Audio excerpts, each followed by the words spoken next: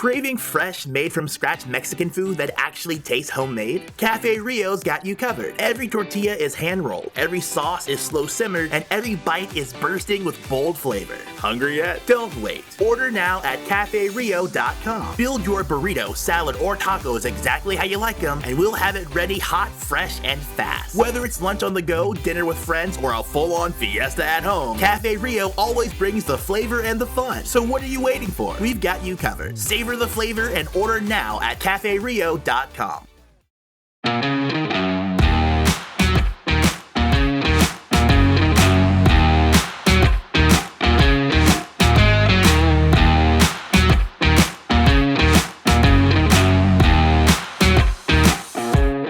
You're listening to the Utah Checkdown podcast. And now your host, Josh Furlong.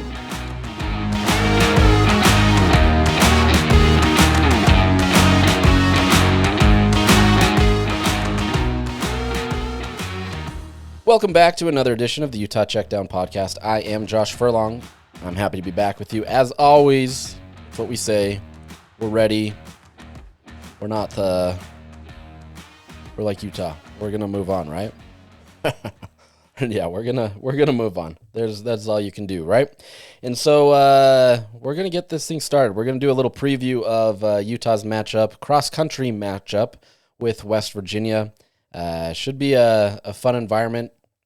It'll be raucous. Never been to West Virginia personally, so excited to get out there and kind of see it all unfold. It's going to be a raucous environment there, despite the Mountaineers just being 2-2.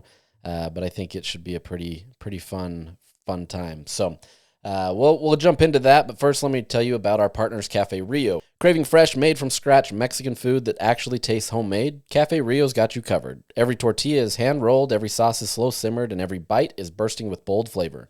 Hungry yet? Don't wait. Order now at CafeRio.com. Build your burrito, salad, or tacos exactly how you like them, and we'll have them ready, hot, fresh, and fast. We've got you covered. Savor the flavor and order now at CafeRio.com.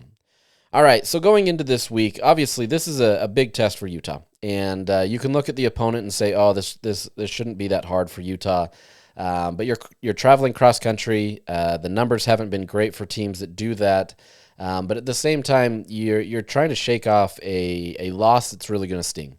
Despite the score, 34-10, Utah still feels like there were chances, and they could have come away with a win against Texas Tech. They look to the close nature of the game outside of the last little bit of it, and it all matters, obviously, and it's a loss in the end, no matter how you look at it.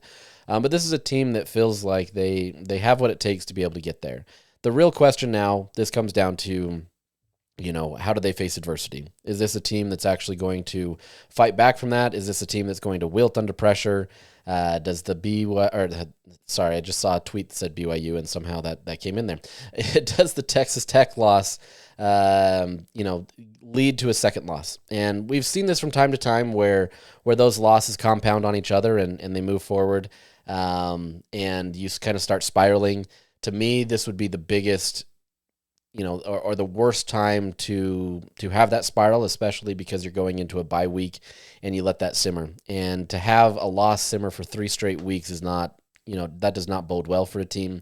That doesn't help team camaraderie. It doesn't help kind of the mission and plan that the team has for itself. And so more important than any game on this season, I would say, is this week. And, you don't have to look pretty, and obviously you want to look better than what you have to kind of prove some doubters wrong. But at the same time, you've got to get in there and you've just simply got to win. And if you can get away with a win, that's all that matters. Like I said, this is the point in the season where it's a real true inflection point on where this team can go. And do they bounce back from the adversity? Do they handle it and manage it the right way, or do they wilt under pressure and lose another game? And you can point to injuries, you can point to all kinds of different things, but at the end of the day, the players that are on the field have got to get it done. And so we'll see what happens, and I think that'll be a good test for this team. And we'll get into the numbers here in a minute to kind of break this down. I also have a special guest from West Virginia to kind of talk about these things and kind of go over it a little bit more, get their perspective of it. But before I get into kind of the West Virginia preview a little bit, On Tuesday, officially, Kyle Whittingham ruled Hunter Andrews out for the season. We'd kind of known a little bit about that over the weekend, but didn't get an official word from him until Tuesday. And so that's another loss for Utah, season-ending injury. That's 3 at least of starting caliber players that have been lost for the season. 2 of those guys, obviously Rabbit Evans and Dadrian Zipperer, haven't really played for the Utes, so it's a big loss in terms of what they were projected to be, but Utah still has been playing without them. And so, that's not the end of the world. You obviously have to have guys step up and do what they need to. But this is the first player that really kind of takes a hit to Utah's offense. With that said, his production still hasn't been a ton. It's not like he's been the top guy for Utah and suddenly they're out that guy. But he's still a guy that projected very well into this team. They wanted to do a lot with him. Obviously was the gadget guy that has a ton of speed. He's a physical guy. Just an asset on the field, and no matter what situation they were in. And unfortunately, you lose him. It's a tough situation. Utah's not alone in these injuries, right? I see a lot from Utah fans that they've been hurt from the last 2 years and think that suddenly Utah's the only team that ever gets hurt. And I get that, right? The last 2 years have taken a mental toll on a lot of people, right? And it's tough to bounce back from that and hear an injury. The reality is these things happen every single year. Is it something that Utah's doing? I don't think so. With that same point, I know a lot of people aren't a fan of Under Armour, and they say that the cleats are causing problems. To my knowledge, there hasn't been any scientific study that says that there's truth to that. I do know that there's, I've heard from a lot of different people that say why the players hate them or why they cause problems. The reality is this is a tough sport. It's physical in nature. There's a lot of different things that happen. And, I don't know that the cleat is entirely to blame for certain things. Guys in the NFL are still having problems with it. Guys that are, at other Under Armour schools are still able to play. It happens, right? And I think it's really easy to pinpoint certain things, and you may be right, you may be wrong, but I think it's tough either way, right? And the reality is it's a sport that you lose guys every single year. So we'll see how Utah bounces back with that. They've got a lot to prove this week coming into this West Virginia game. You've got to be able to showcase your talent. You get another opportunity to do that on Fox. You get the prime viewing window again, where you get a chance to kind of show that it was potentially, not what Utah is used to, or it's another chance for people to look at it and say, no, we know exactly what Utah is, right? And I think Utah would obviously not like the latter. They would like to prove that they're something different, that they have something better to do. This West Virginia team does have a good defense. It's not quite the same as Texas Tech's, but there's still a chance. And Utah can't go into this game expecting to just roll into Morgantown and get a win. Obviously this whole week has had some drama with the Devin Dampier stuff. I'm not going to get into that, right? You can say that Utah played some gamesmanship. Kyle played some gamesmanship. In the end, Devin Dampier was always going to be available. He was always going to play. Utah felt the need to say that he, wasn't probable because there was no probability to it. He was going to play. And based on the league rules, it essentially is about the game. It's not about the practice week. So Utah feels that, they've done everything right. The league hasn't said otherwise, that they've had some problems. And so this is the way that Kyle Whittingham's going to do it. And other teams are more than welcome to do it. And I think, it's a situation where putting him on the injury report could have actually changed the metrics for him and given some people some doubt that he could play. And then Texas Tech has to scheme maybe differently. Who knows? Doubtful, quite honestly. But at the same time, there's no advantage to necessarily say he's not injured, because at the same time, he's always been available and he was always going to play. So, I'm sure we're going to continue to hear more from that. It's other fan bases, quite honestly, that have had more problems with this, and I get it. It's looking at it and thinking that Kyle Whittingham's playing some game. He's going to be within the rules, and that he's going to take whatever advantage that he can get. And if the league says it's all about the game, they're going to focus on the game. They're not going to focus on practices. So that's what it is. We're going to leave it at that. Let's jump into this West Virginia stuff. And, I'm going to get into these numbers here shortly, but the biggest storyline coming out of West Virginia is essentially an injury report that very similarly looks like a Utah team the last 2 years, right?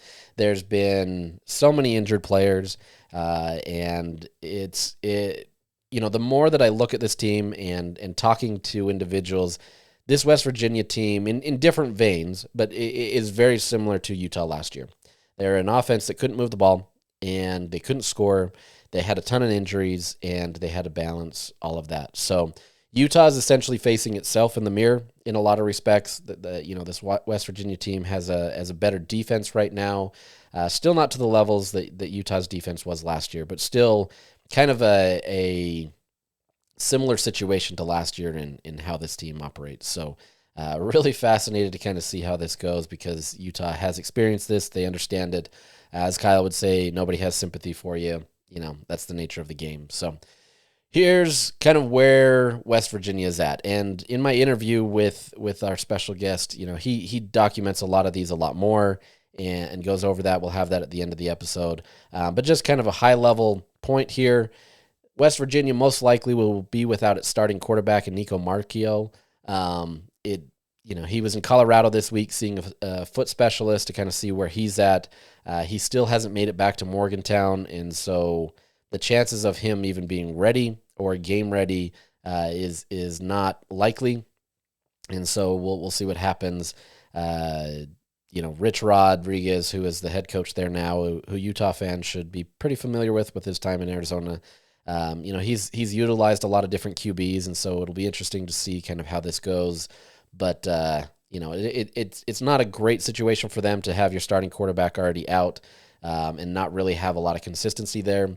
And it would be fine in some respects if it was just that. We obviously saw Utah having a quarterback injury derails a ton of it, but they're losing a lot more than that. And so, for a team that loves to run the ball, and West Virginia rushes about for 200 yards every single game, at least that's the average for the season. That'll come down just simply based on some of the games that they've had this year. They've lost to Ohio and Kansas. That Ohio loss was pretty brutal. Nobody really saw that one coming, but then have wins over Robert Morris and Pitt. So you get the backyard brawl win, obviously a big win for that program, but it's just been an inconsistent game for this team. You never really know what to expect, and the offense hasn't really moved the ball. So the main focus here with the Rich Rod team is he loves to have up-tempo, and he's going to continue to have up-tempo. He's going to push it.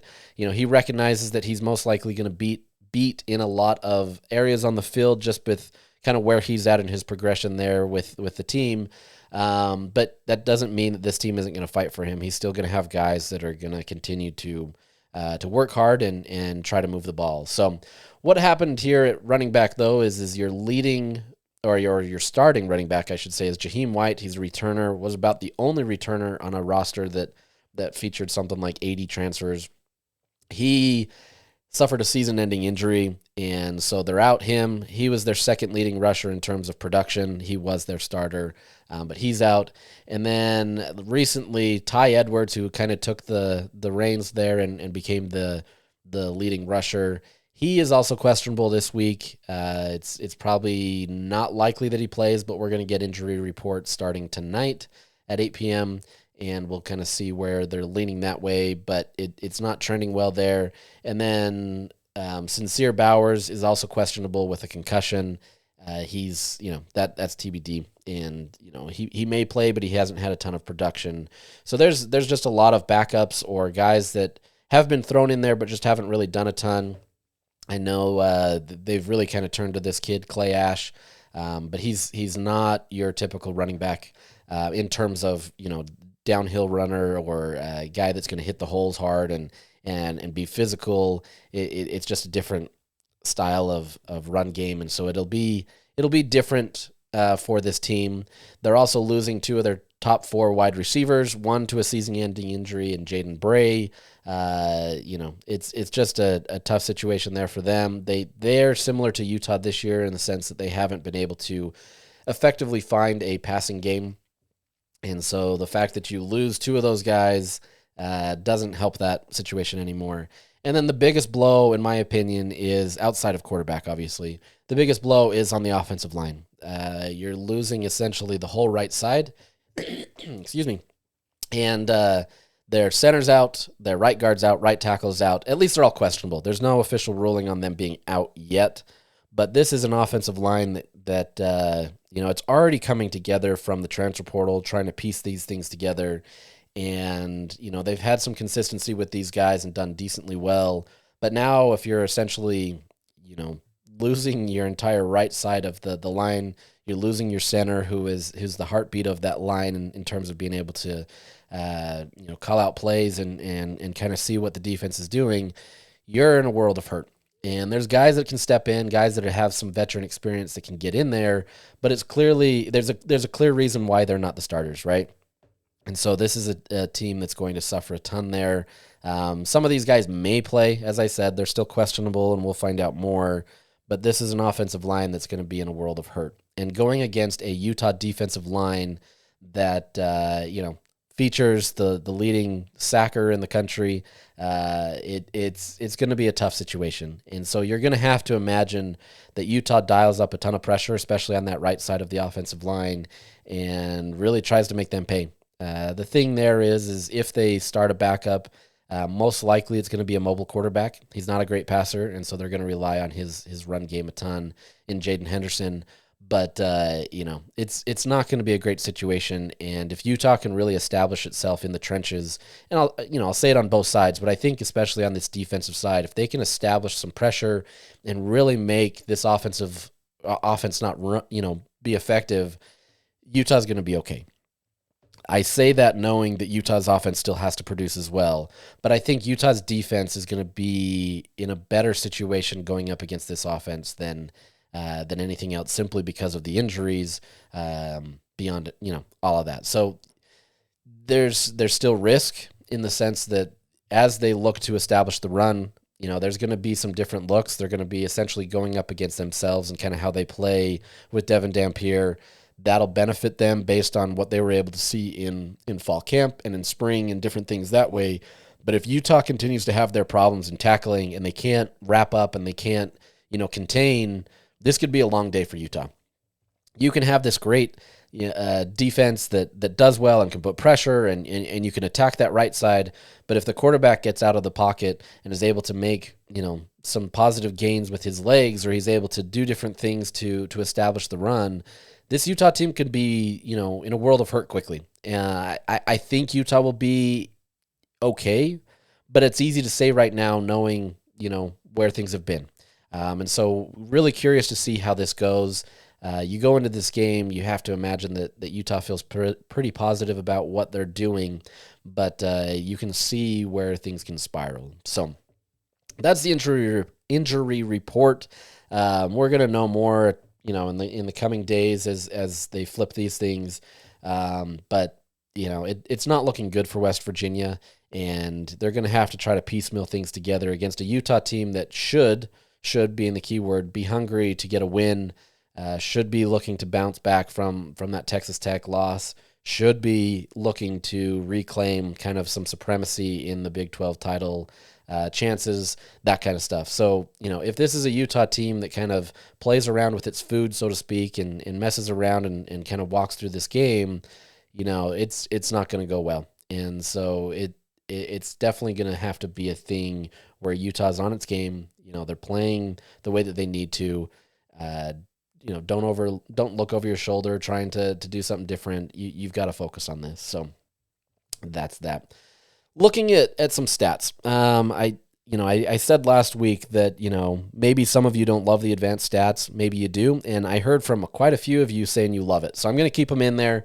RIP to the guys out there or women that are listening to this podcast and don't love advanced stats. That's your loss. But we're gonna continue to move forward. I'm in the process of actually making weekly graphics that I'm hoping to put out there that have a lot of this stuff. I think it'll be pretty interesting to kind of show. I mean, there's people out there that do this stuff, so it's not like I'm breaking new ground here. But I've learned to code a little bit over the off season, and I've been pulling in some API data to kind of create things for me that I can put out there for you guys. So hoping to get that out here shortly. I ran into a little bug that I was not too fond of recently, and so just trying to get that to work. So once I get that all settled, I will make sure that we get that out. At the very least, we're going to talk about these stats here. So looking at this from, some advanced stats, if you remember right, we talked about success rate, we talked about explosiveness, we talked about line yards, stuff rate, havoc plays, those types of things. So those are going to be common vernacular that I'm going to try to use in there, and I'll try to, remind you what some of these things are to try to help.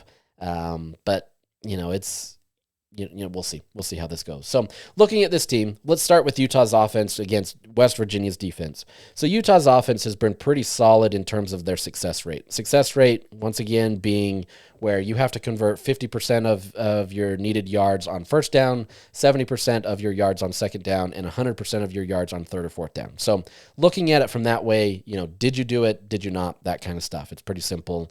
Utah's converting on 52.7% of its plays. And so it's pretty solid. They rank 16th in the country there.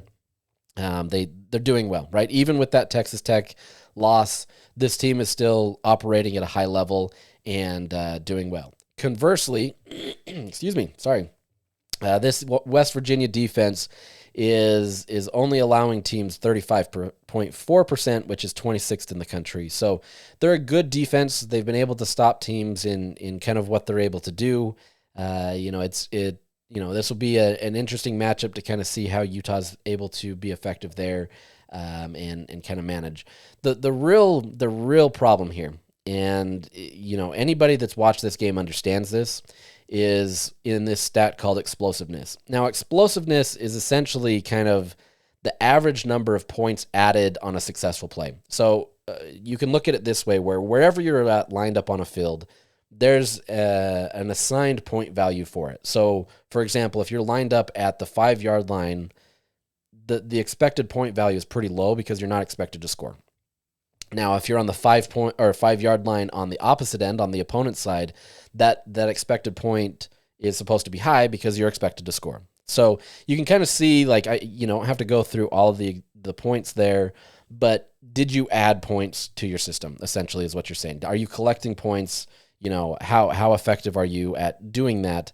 And it's just kind of an average of looking at that. So looking at this, the explosiveness for Utah is not great. They actually ranked 136th in the country. There are 136 teams in FBS, and so not a great situation. They're getting it done, but they're not necessarily adding a ton of value on every single play in average, right? And so this is a team that they're not getting a ton of chunk yards. That's essentially what it's saying. You're not getting a ton of chunk yardage. You're just kind of dink and dunking your way down the field and having success. And if you've watched this Utah team, that's pretty much what it is. They're going a few yards here and there. They're running the ball effectively and having a high success rate, but they're not necessarily, they're not pushing the ball downfield on big chunk yard plays or big plays that Kyle Whittingham has talked about wanting to have. And so, that's the biggest area of concern is if a team takes that away, similarly to what Texas Tech did last week, Utah can't move the ball, or at least they haven't moved the ball this year. And so that explosiveness number needs to go up. You've got to be able to have that.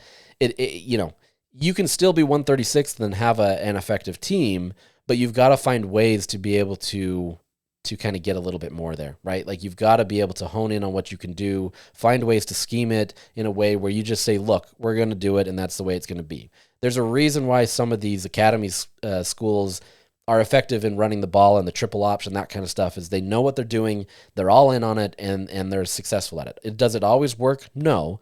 But if you know what you're doing and you're gaming to it, it can be successful. So explosiveness doesn't necessarily have to be that big of a thing, but it kind of shows the story of where they're at. Conversely, West Virginia's defense, they rank 49th here. So they're doing a really good job of limiting teams there. And so it's really gonna come down to how does Utah manage that? Can they get explosive plays? Can they get what they need to? Or is this another day where Utah's stuffed? Looking at this from the line yards, you may remember the line yards is a simple stat that looks at the offensive line, essentially saying, how well did the offensive line do at creating plays for the team. Where this goes essentially is the line yards for Utah, they're averaging 3.75 yards. That's a ton. That's essentially saying the offensive line is giving Utah on their own about 4 yards every single play. That's pretty solid, right? Like, you need that. That ranks 8th in the country, so it clearly shows that this offensive line is getting the push that they need, and they're doing well. Conversely, West Virginia is only allowing teams 2.68 yards. So still kind of in that range. They rank 53rd there. Utah is in that vein where if you can get in that, you're going to be fine. Looking at stuff rate. So this is how often do you get stuffed. Utah's offense actually doesn't get stuffed all that much. They're at 9.2% of the time. That's 5th in the country. And West Virginia's defense hasn't done a great job of necessarily limiting that. They allow 15.9%. So you've got an offensive line that is doing well. They're not allowing a lot of stuffs. So stuffs meaning like stopped at the line of scrimmage, tackles for loss, that kind of stuff. They're not doing as well. And so Utah, there's potential there, right? You can see kind of looking at the numbers without even looking at the game. You can pair that, with what you've seen on the field, and you can kind of see that. If Utah can establish what they need to do on the offensive side of the ball in the trenches, they're going to be okay. Lastly, havoc plays, they've only allowed 9%. Those are, tackles for loss, fumbles. These are, different things that are turnovers, that kind of stuff. They rank 6th in the country. Utah's done well as an offense. Conversely, West Virginia is only putting up 17% havoc plays. It's about average, a little above average for the country. So there's that. Let's switch over quickly to the West Virginia offense versus Utah defense. So going through this real quick, their success rate is only 39%, so 107th in the country. They're not moving the ball very well. They're not getting what they need to, and it's resulting in a world of hurt. Conversely, I keep saying that. Sorry, for Utah, that's the best word for it. But for Utah, they're allowing only 33%, ranked 16th in the country. So you've got a defensive line that is already going up against an offensive line that isn't getting a lot of push. You add to that the injuries, there's real potential here where Utah can kind of frustrate things. With that said, you've got, a quarterback that's a little bit more mobile. Does that change things? Maybe. Explosiveness, both of these teams are not great on both sides of the ball in offense and defense in allowing or having that. And so it's not a great situation there. West Virginia ranks 112th, so just a little above Utah, but not much. And then Utah's defense has allowed a little bit too much. They rank 101. So you still need to get a little bit more push. You've kind of seen that. Some of that comes with these missed tackles. You've got to be able to limit things a little bit more. On this, with the line yards, West Virginia's offense only averages 2.73, which ranks 102nd in the country. Utah, conversely, is at 2.25, which ranks 17th as a defense. So they're limiting a ton. This West Virginia offense doesn't get a ton, and now you're kind of meeting heads. That becomes a real concern for West Virginia if things go well for Utah, where you get stopped at the line of scrimmage a ton, right? And so it's tough. It's tough.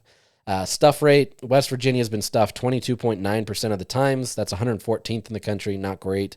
Utah, on the defensive side, is stuffing teams 28.3% of the time, which is 13th in country. They're getting that pressure. They're getting in there. They're doing what they need to get guys tackled behind the line of scrimmage or sacked or whatever that may be. They're getting what they need to. Lastly, you've got West Virginia that's allowing 16% of their plays to be havoc plays. That's not a great look. It's you can't have that. You can't have what that a team essentially to do that. That's ranked 85th in the country. Utah on the other side, they go out there and make 17.5% of havoc plays. And so you're once again paired up with that. That's still only about average with not average. It's 52, but a team that is doing really well. So I hope that kind of gives you a clear picture of what that is. I go through that a little fast because I don't want to completely bore you, but it's kind of fascinating, and I hope that when I can show this graphic to you, you can see it a little bit better, because I think me completely talking about it forever isn't going to be the best, but at least you can see it. I do want to point out a few things, just going a little deeper on Utah's offense and kind of how it goes. I was surprised at how often Utah runs the ball versus passing the ball. Kyle's always talked about wanting to have, pretty equal, 50-50 type system. I think many think that it's all run heavy, and that's all it's been. Well, Utah this year so far is 50.4% run and 49.6% pass. So they've been pretty equal. I know it doesn't feel that way at times. Obviously, the run game has been much more productive for Utah, but they're doing well. With that, yeah. And then in terms of success rate, Utah's having a far better situation on offense and running. They rank 5th in the country at 58% of run plays being a success versus 47.3% of passing plays being a success. That ranks 44th in the country. So despite, their struggles and having the fact that they can be successful in their passing has been okay. They're doing okay. I think what we see on the field looks far different than what the stats are telling us at times.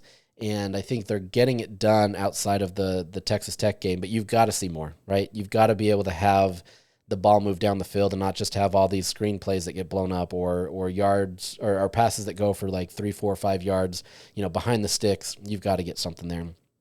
So, that's kind of where it is. And, really fascinating to kind of see how that goes. So was really interested in that. Like I said, I hope to get this out here soon so that you can see these things. But just kind of a fun little look at the stats. Looking at this game, I mean, everything is kind of lending itself to believe that Utah should go in there and win, right? You're 12.5 point favorites. You're coming in there against an injury-laden team. Yes, you're going cross-country, but if Utah can establish itself, especially in the trenches, things should be pretty solid. So you have to like Utah's chances. Is it going to be perfect? Is it going to be exactly what you need? No. But, based on the stats, based on the injury report, based on what this team can do on paper, this should be a potential for a win for Utah. So that's kind of where I'm going to stop. Before I tell you about our move on to our special guests, let me tell you about our partners at Canyon View Credit Union. At Canyon View Credit Union, it's on the house. Close a mortgage and get a free appraisal up to $600. To learn more details or apply, visit canyonviewcu.com.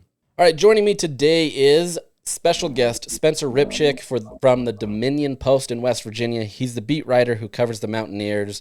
He's new to the beat, if I'm not mistaken, but has an opportunity to cover a new squad that is in there. Spencer, welcome to the program. Yeah, thank you so much for having me. I agree. I'm new, but so is like the entire West Virginia team and staff, so it's kind of a good time to get into the team. Let's start there, because obviously they make a change. Rich Rod comes back to West Virginia. There's, I don't think they were the highest amount of people in the turnover, but it was near the top.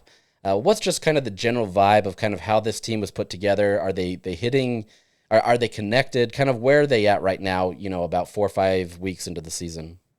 Yeah, well, this was, like you said, is the most transfers. I think one of the most transfers. They had 80+ new guys on the roster, which is pretty insane. I mean, you're going to get that when you have a new coach, but in this era, Rich wanted to get his guys in, and I think he's found some of his guys, and some of his guys on the roster are still there as well, and he's used some of them, like Nico Marchiel, returning quarterback. But I think in this first year, as you can see by the record, 2-2, they lost to Ohio, and they got blown out by Kansas. Rich really wanted to establish the culture this year, establish that hard edge. That's what his goal was for the season. I don't really think he cared about the outcome realistically. The athletic director didn't really care the outcome for the first year. He just wanted to see some progression and maybe some momentum into the next year. I mean, they already beat Pitt, so in everyone's eyes, that's already a win for the season, so they could finish 2-10 if they had to. But I think right now, they're establishing the culture. I think the only problem right now is the offense doesn't look up to the standards of a Rich Rodriguez offense. He's known for his offense, and the offense just doesn't look good right now. I mean, they scored 10 points last week. They're lucky they scored 10 points. They look bad against Ohio at times. They look really bad against Pitt too, and they just managed to squeak out that win. So, but right now, Rich is just trying to establish that culture and create a long-term plan for the program. You touched on Rich Rod really trying to kind of be the up-tempo offense, right? Utah fans, or Utah in general, is pretty familiar with him and his time with Arizona. They had a lot of times where they competed against them. Rich Rod came in there at times and absolutely smoked Utah. I mean, when his offense is churning, it's tough to beat because of that up-tempo situation. For this West Virginia team, and we'll get into injuries in a second, that's obviously going to be a big storyline going into this game. But for this offense and where he wants to go, kind of what is he doing to kind of patch that? What is this offense right now? So the offense is definitely tempo offense. It's going to be fast.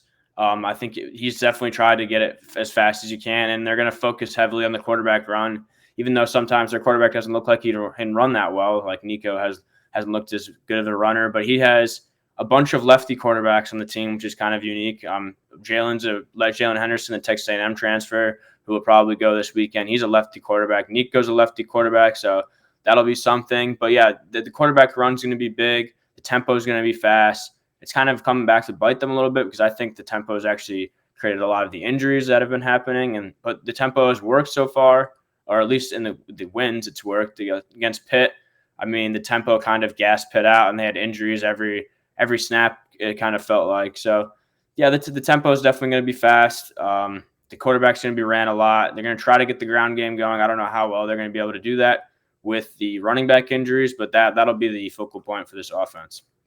This team is 2-2 on the season. Like you said, they have already got that Pitt win, which, backyard brawl is obviously one of the biggest games on the schedule for that team. But you had a week prior where you lose to Ohio, right? And then you lose again the next week to Kansas. And Kansas is a solid team, so I'm not going to pin anything on that. But what has kind of been the key for this team in the wins and losses? Like where do things go wrong when they lose, and what goes right when they win? Well, when it goes right is the defense is probably one of the better defenses that I've seen in the Big 12. They have a really young defensive coordinator, Zach Alley, came over from the Brent Venables staff in Oklahoma last year. He was the assistant defensive or co-defensive coordinator. He's really smart. He's creative. He blitzes everybody. He blitzes the safety sometimes, catches people off guard, makes them uncomfortable.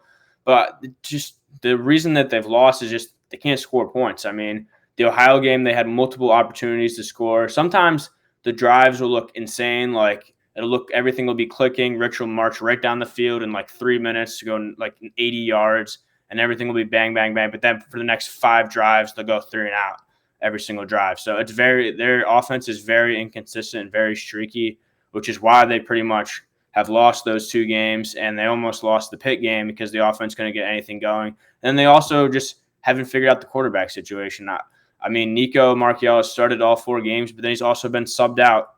He hasn't finished a single – or I guess he did finish the Pitt game, but he got benched during the Pitt game. He got Robert Morris game. He got subbed out. Obviously, they were winning at that point, but they got subbed out in the Pitt game. He got subbed out in the Ohio game, and he got subbed out in the Kansas game. So he's been benched, and Rich has no idea who he's playing at quarterback right now.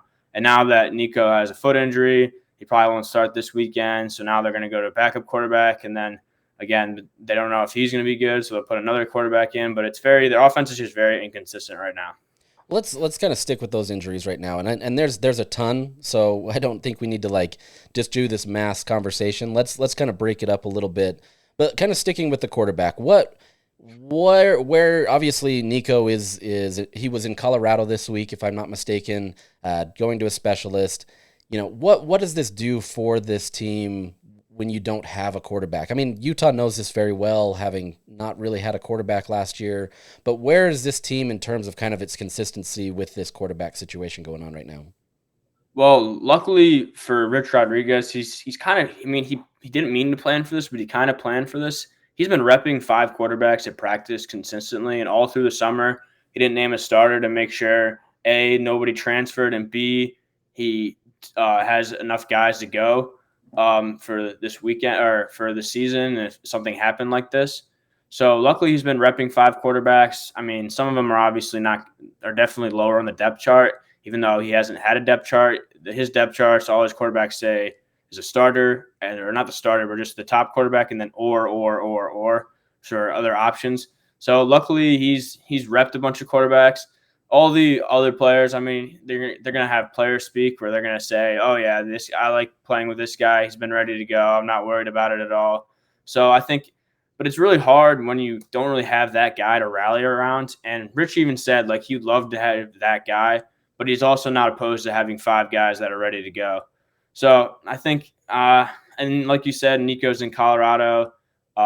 He was there yesterday, Tuesday. I mean, if you put him back, flying back Wednesday, West Virginia practices hard Tuesday, Wednesday, and a little bit on Thursday. So, I mean, if he gets back, I was looking at flights trying to see when he was coming in, and it didn't look like he was going to make it for practice in the afternoon today. So he's going to miss 2 physical practices. So that means you only have Thursday and then the walkthrough on Friday or the day off on Friday, and then Saturday's the game. So it just doesn't look like he's going to play this weekend. Assuming that he's out, you said that Jaden Henderson is likely the starter. What kind of attributes does he have that Utah fans should know about? Is he mobile quarterback? Is he a pocket passer? What is kind of his skill set? Oh, he's definitely not a pocket passer. He is a mobile quarterback. He looked good last week against Kansas. Again, it was late in the game, but he drove West Virginia all the way down the field, and he's definitely a mobile quarterback. He ran for 77 of the 95-yard drive that they had all the way down the field. So he's definitely a mobile quarterback. We haven't seen much from him throwing other than a couple of drives pretty much, and he hasn't looked the best throwing. What everyone really has been saying is that they need to take Nico and Jalen Henderson and fuse them together to make the West Virginia starting quarterback, because Nico is the thrower but just can't run, and Jalen's the runner and can't throw. So if he's definitely a runner, so Utah have to be keen on him taking off and design quarterback runs, and he's got a lot more speed than Nico does. So that'll be something they'll have to look out for. This West Virginia team has been pretty effective in running the ball in totality, right? I think they average about 200 yards per game. But with that said, you now have 3 guys that are injured, 3 of the top guys. One of them, if I'm not mistaken, has a season-ending injury. Where do they stand right now? Where do these guys, who's set to come back, and can they establish the run this Saturday? Yeah, so Jaheim White, their starting running back for the season, number 1. He is out for the season-ending injury. He had a brutal he got fouled, 2 personal fouls on him on 1 tackle. I think it was a hip drop tackle and a face mask tackle, or maybe it was a horse collar and face mask, but it was a really bad tackle, and he's out for the season, which is really bad because he was their leading rusher last year, and Rich Rod really wanted to use him, and Jaheim was really excited because Rich runs the ball so much. But then they went to Clay Ash after that. Jaheim got hurt in the Ohio game, so they went to Clay Ash after that. He's a walk-on guy. He's more of a pass-catching back, and he's definitely not your downhill running back. He's a lot smaller, doesn't really have that much speed. So Rich realized that in the Pitt game when Ty Edwards started cooking, and he rushed for over 100 yards and had 3 touchdowns. He's this big 6'2", 225 pounds running back. He's what Rich has been looking for pretty much ever since Jaheim White went down. And then all of a sudden, last week before Kansas, he popped up on the injury report as probable to play. So then people didn't think too much about it. And then before the game, he became a game-time decision, and then ultimately didn't play the entire Kansas game. And the running game looked really lost. So it went to Clay Ash, who, again, was not really a first or second down back. He's more of a third down pass-catching back. And then Sincere Bowers they went to, who's a younger guy and a more of a running back kind of guy. He's got a little bit of speed, but now he's questionable this week. So they have a Tyler Jacklish, who Rich says they got off the waiver wire. They literally added him 2 or 3 weeks ago, just before the season started. He's a bigger running back as well, but he hasn't shown much so far. And then Diori Hubbard is another young guy. I think he's a sophomore. He was a returner. So it'll probably be a mixture of Clay Ash, Diori Hubbard, and Tyler Jacklish probably going for West Virginia. And Rich also isn't opposed to mixing in some slot receivers at running back. I know they last week with the injuries they had Oren Singleton. He's a slot receiver. He rushed for a couple yards, and they ran jet sweeps with him. So maybe they'll put him in the backfield. Rodney Gallagher also is a very versatile slot receiver that they can use as well. There's obviously other injuries, and I don't want to get into all of them because, we don't need to document everything. But I would say one of the more impactful is probably this offensive line. They're going to be going up against a Utah defense that features John Henry Daly, who is the leading sack player in the country. This offensive line has, questionable status for its center, its right tackle, and right guard. Where are they at with that? Are they going to remain questionable? What does this offensive look like going into this game? Yeah, it's weird because we landed Livingston, the center for West Virginia. He was clearly injured against Kansas. You could see he struggled to walk off the field. He's still questionable. And Carson Lee came in. He's a power forward transfer. He came in, play center. Rich just got a couple of centers he's been working throughout the season. A lot of the guys, because it's a whole new roster with 80 new players. So, and most of the offensive line is reconstructed. So they've been trying guys at every position and seeing what sticks. So the center, they have pretty deep at center, but right guard and right tackle, both of those guys, and they have pretty long names. So I'm not going to try to pronounce them or I'm going to butcher them. But they didn't look like they were injured in the Kansas game. So it was more of an injury during the week, I guess, or I guess it was just after the Saturday game, because Rich told us on Tuesday that they were both questionable. So that means they hadn't practiced yet. Because Sunday they do a walkthrough and we go over the game on Saturday, and then Monday they have off. So Tuesday they had a physical practice. So it wasn't during practice. So they must have been injured during the Kansas game. But yeah, if I was Utah, I'd attack that right side of the line the entire time. There's going to be some young guys in there. There is some veterans in the depth that they have. They added a bunch of transfers, but I think it'll be a bunch of new guys who haven't seen a lot of snaps at all this season. Well, in your opinion, what would be the strength of this team right now? I think it's I'm going to say the defense, but then you're going to be like, oh, but they let up 40 points last week. But it's definitely the defense. If it weren't for 4 plays, West Virginia's defense would have played really well, and it would have been a lot closer game. And then the only problem with the defense is the offense is on the field for so little, so they don't have a lot of rest. So that's why the defense kind of gets torched every once in a while. But the defensive line is really good. They got Jamori Robinson back for his second week. His snap level, he was on a snap count last week since he was just brand new to the team last week, since he was dealing with NCAA issues, and he had 10.5 sacks last year. So he's a big-time transfer from UTSA. So their defensive line is definitely probably their strength. Their secondary is okay at times. They have Michael Coach Jr., who is really good. He's one of the better corners in the Big 12. I think he's been – people don't even throw to him. He's been that dominant. But then their second safeties have some issues giving up big plays. But I would say their defense is probably more of their strength. And when they can run the ball, they run the ball really well. But with all the injuries on running back and now offensive line, I think it's going to be very difficult for them to run the ball. The backyard brawl is obviously going to be the highlight of this schedule for this team. But what are fans? What is kind of the vibe going into this game for fans? Do you expect there to be a lot of people there? Is it going to be rowdy? What's kind of the environment going into this game? Yeah, there's gonna be a lot of people at the game. It's a Hall of Fame induction. Pat McAfee might be in the house because he's getting inducted to the Hall of Fame. I don't know with his restrictions about College Game Day, but College Game Day is at Penn State, which is only a 2-hour drive and probably a 20-minute helicopter ride if they wanted to get him in there. So he might be there. It's going to be powder blue all over the stadium.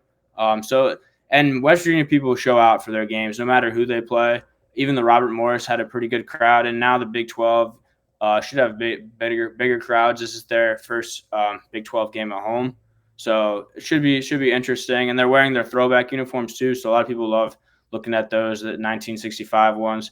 So it's gonna be a rowdy crowd. But yeah, the outcome of the season, I still think I think they should shoot for 500. I think that's the goal. And right now they're 2-2. And I predicted the season before the season started for them to be 3-3 by the time they get to the bye after BYU next week, after the first 6 games.